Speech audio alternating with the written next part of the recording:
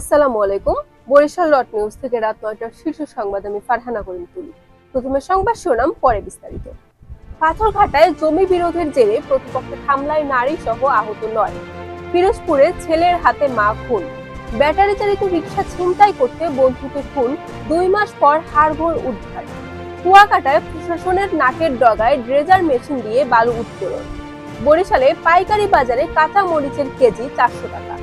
শতবর্ষের ভাসমান নৌকার হাতে আশাবাদী বিক্রেতারা। বরিশালে গাঁজা সহ মাদক বিক্রেতা আটক। বাবুগঞ্জে মাছ ধরার জাল তুলতে গিয়ে সাপের কামড়ে যুবকের মৃত্যু। এতক্ষণ শুনলেন সংবাদ শিরোনাম, এখন বিস্তারিত।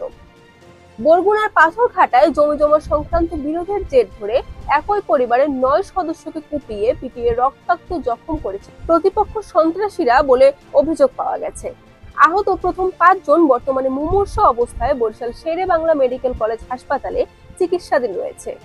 পিরোজপুরের নাজিরপুরে ছেলের হাতে নৃশংসভাবে খুন হয়েছে মা জুথিকা বালা। এই ঘটনার মামলায় ৪ ঘন্টার মধ্যে ছেলে জ্যোতিষ বালাকে গ্রেফতার করেছে পুলিশ। শুক্রবার রাত ৯টায় পুলিশ সুপার এক সংবাদ সম্মেলনে বিস্তারিত তুলে ধরেন। বরিশালে সোহেল নামে এক কিশোরকে পরিকল্পিতভাবে হত্যার অভিযোগ উঠেছে তার বন্ধুদের বিরুদ্ধে।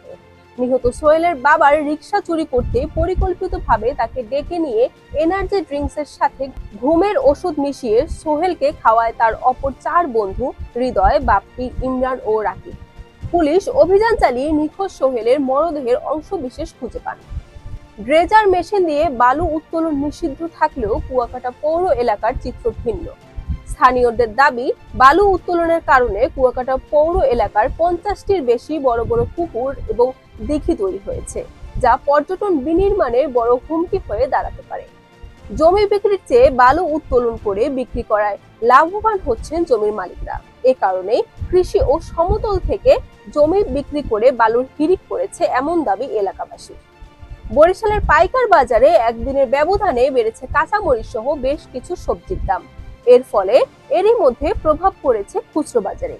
বিক্রেতারা বলছে, প্রবল বৃষ্টির কারণে দেশের কৃষকরা পণ্য বাজারে নিয়ে আসতে না পারায় এবং শুক্রবার ও শনিবার ভারত থেকে আমদানি বন্ধ থাকায় পণ্যের দাম বেড়েছে। বরিশালের শতবর্ষের পুরনো ভাসমান নৌকার হাটগুলোতে এবার ক্রেতা সমাগমে আশাবাদী বিক্রেতারা।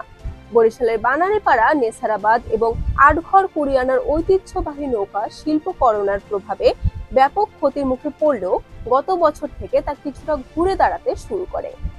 বরিশালে ১ কেজি গাঁজা সহ মোহাম্মদ ফয়সাল সর্দার নামের এক মাদক বিক্রেতাকে আটক করেছে মহানগর গোয়েন্দা পুলিশ। শুক্রবার রাত ১১টার দিকে এয়ারপোর্ট থানাধীন রামপট্টি বাজার এলাকা থেকে তাকে আটক করা হয়।